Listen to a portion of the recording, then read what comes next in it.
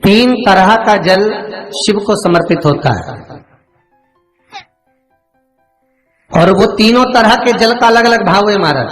पहला जल सादा, घर से पानी लेकर गए, जल लेकर गए, शंकर को चढ़ाया, वो हमने घर का अपना एड्रेस बता दिया, भगवान शिव को जल चढ़ाकर अपने आनंद के लिए शंकर से कुछ प्राप्त कर लिया। दूसरा जल, जल के कलश में थोड़ा सा इत्र डालकर शंकर को जब समर्पित करते हैं तो महाराज घर में अगर कोई व्यक्ति बहुत रोगीला है, बहुत रोगीला, एक शिव महापुराण में, स्कंद पुराण में, नर्मदा पुराण में, भविष्य पुराण में, अग्नि पुराण में, नारद पुराण में, बरहा पुराण में, वामन पुराण में जितनी चीजें लिखी गई है एक एक प्रैक्टिकल कर देखो तो शिव महापुराण, स्कंद पुराण का यह भाव याद करिए कि एक लोटे पानी में इत्र मिलाकर, जल में इत्र मिलाकर, बहुत रोगीला व्यक्ति, बहुत बीमार व्यक्ति है, एक लोटा पानी उसका हाथ का स्पर्श कराकर शंकर को चढ़ाना प्रारंभ कर दीजिए। महाराज केवल 5 या 7 दिन चढ़ाओ और वो 7 दिन के बाद में उस बीमार व्यक्ति का क्रम देखिए कि उसमें कितना आराम लगा है।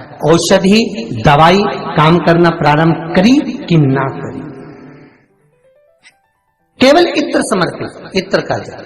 तो पहला जल सादा, दूसरा जल है इत्र का, और महाराज तीसरा जल जो शिव महापुराण के अंतर्गत कहा गया है बेल पत्र का जल।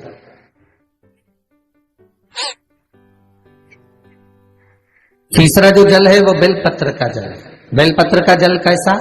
तो महाराज शिव महापुराण की कथा कहती है कि जल के पात्र में एक बेलपत्र अंदर डालकर उस जल के पात्र को ले जाकर शिव को समर्पित करना, अर्थात अपनी मन की कामना भगवान शंकर से कह देना, केवल बेलपत्र के माध्यम, बोलना नहीं है हमको कुछ,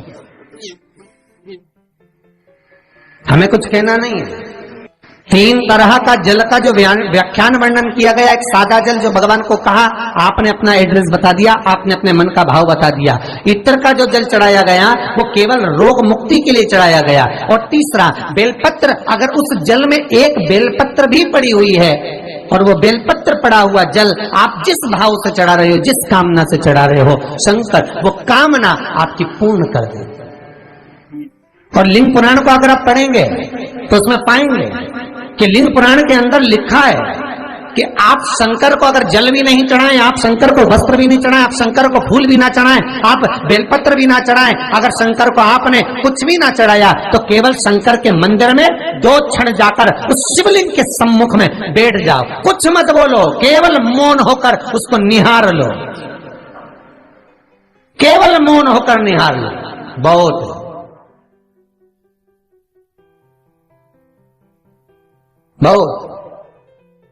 जो हनुमान जी महाराज को 3 तरह की माला समर्पित होती है, एक आंकड़े के पत्ते की, दूसरी बेलपत्र के पत्ते की, तीसरी पीपल के पत्ते की।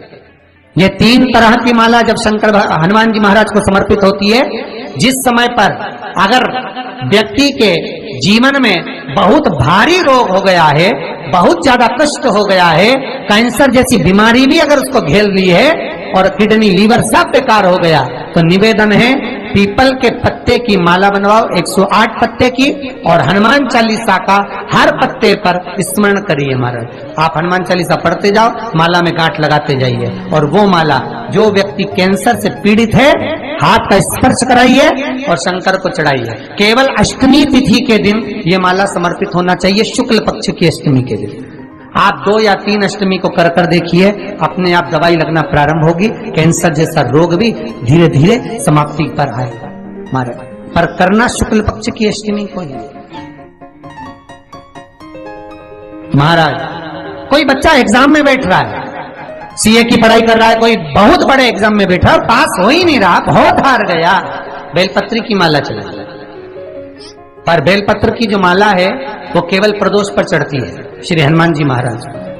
आप बेलपत्र की माला चढ़ाओ, 108 बेलपत्र आप श्री शिवाय नमस्तुभ्यम मंत्र का जाप कर गांठ लगाकर भगवान श्री हनुमान जी महाराज के सामने पहुंचकर माला को सीधी रखकर, जो व्यक्ति एग्जाम में बैठ रहा है, नौकरी के लिए, अन्य पढ़ाई के लिए, अगर कंपटीशन एग्जाम में भी बैठ रहा है तो माला को हनुमान जी महाराज, और हनुमान जी कौन से होना चाहिए? पूर्वमुखी। हनुमान दक्षिण मुखी नहीं चाहिए। पूर्व में जिन हनुमान जी का मुख हो वो माला ऐसी समर्पित कर कर, हनुमान चालीसा का पाठ कर कर, 3 बार स्मरण कर कर माला श्री हनुमान जी को पहना दीजिए। ऐसा कोई एग्जाम नहीं जिसमें से आप निकल ना पाए महाराज, पर करना आपको पड़ेगा। प्रदोष का दिन होना चाहिए, प्रदोष के भगवान, और प्रयास जहां तक हो सके प्रदोष काल में अगर चढ़ाएंगे तो ज्यादा फलदायी रहेगा प्रदोष काल में। तीसरी है आंकड़े की माला। महाराज आंकड़े के पत्ते की जो माला होती है ये माला कार्य की सिद्धि के लिए होती है। इसमें एक एक आंकड़े के पत्ते पर सीताराम लिखा जाता है। मात्र एक पत्ता ऐसा होता है जिस पत्ते पर सीताराम नहीं लिखा जाता। 108 पत्ते में से एक पत्ता, बस उस पत्ते को हथेली में रखकर उल्टा हाथ आपको रखना है और अपनी कामना कर कर उस पत्ते को बांध देना है। ये जरूरी नहीं है कि 25 के बाद बांधो, 50 के बाद बांधो या 100 के बाद बांधो, आपकी मर्जी पड़े। उस खाली पत्ते को कहीं पर भी बांध दीजिए और उस माला को अपनी कामना कर कर श्री हनुमान जी महाराज को समर्पित कर दीजिए महाराज। इसके लिए कोई तिथि, कोई दिन, कोई वार निश्चित नहीं है। बस ये माला जब हनुमान जी को चढ़ जाए तब एक घी का और एक तेल का दिया हनुमान जी के सम्मुख में लंबी बाती का लगा देना महाराज। एक घी का, एक तेल, और अपनी कामना कर कर आप आ जाइए। आपकी वो कामना 2.5 महीना या 3 महीना, इससे ज्यादा नहीं जाएगा, वो कामना बाबा पूरी करेगा। क्योंकि शिव और हनुमान ये सब एक ही स्वरूप है।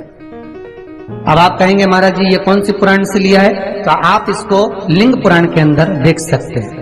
आप गीता प्रेस गोरखपुर की लिंग पुराण लीजिए, उसके अंतर्गत आप इसका व्याख्यान वर्णन पढ़ सकते हैं महाराज। एक एक क्रम हमारे शास्त्रों का हम उसको बस ज्ञात करें, हम इधर उधर डोले नहीं।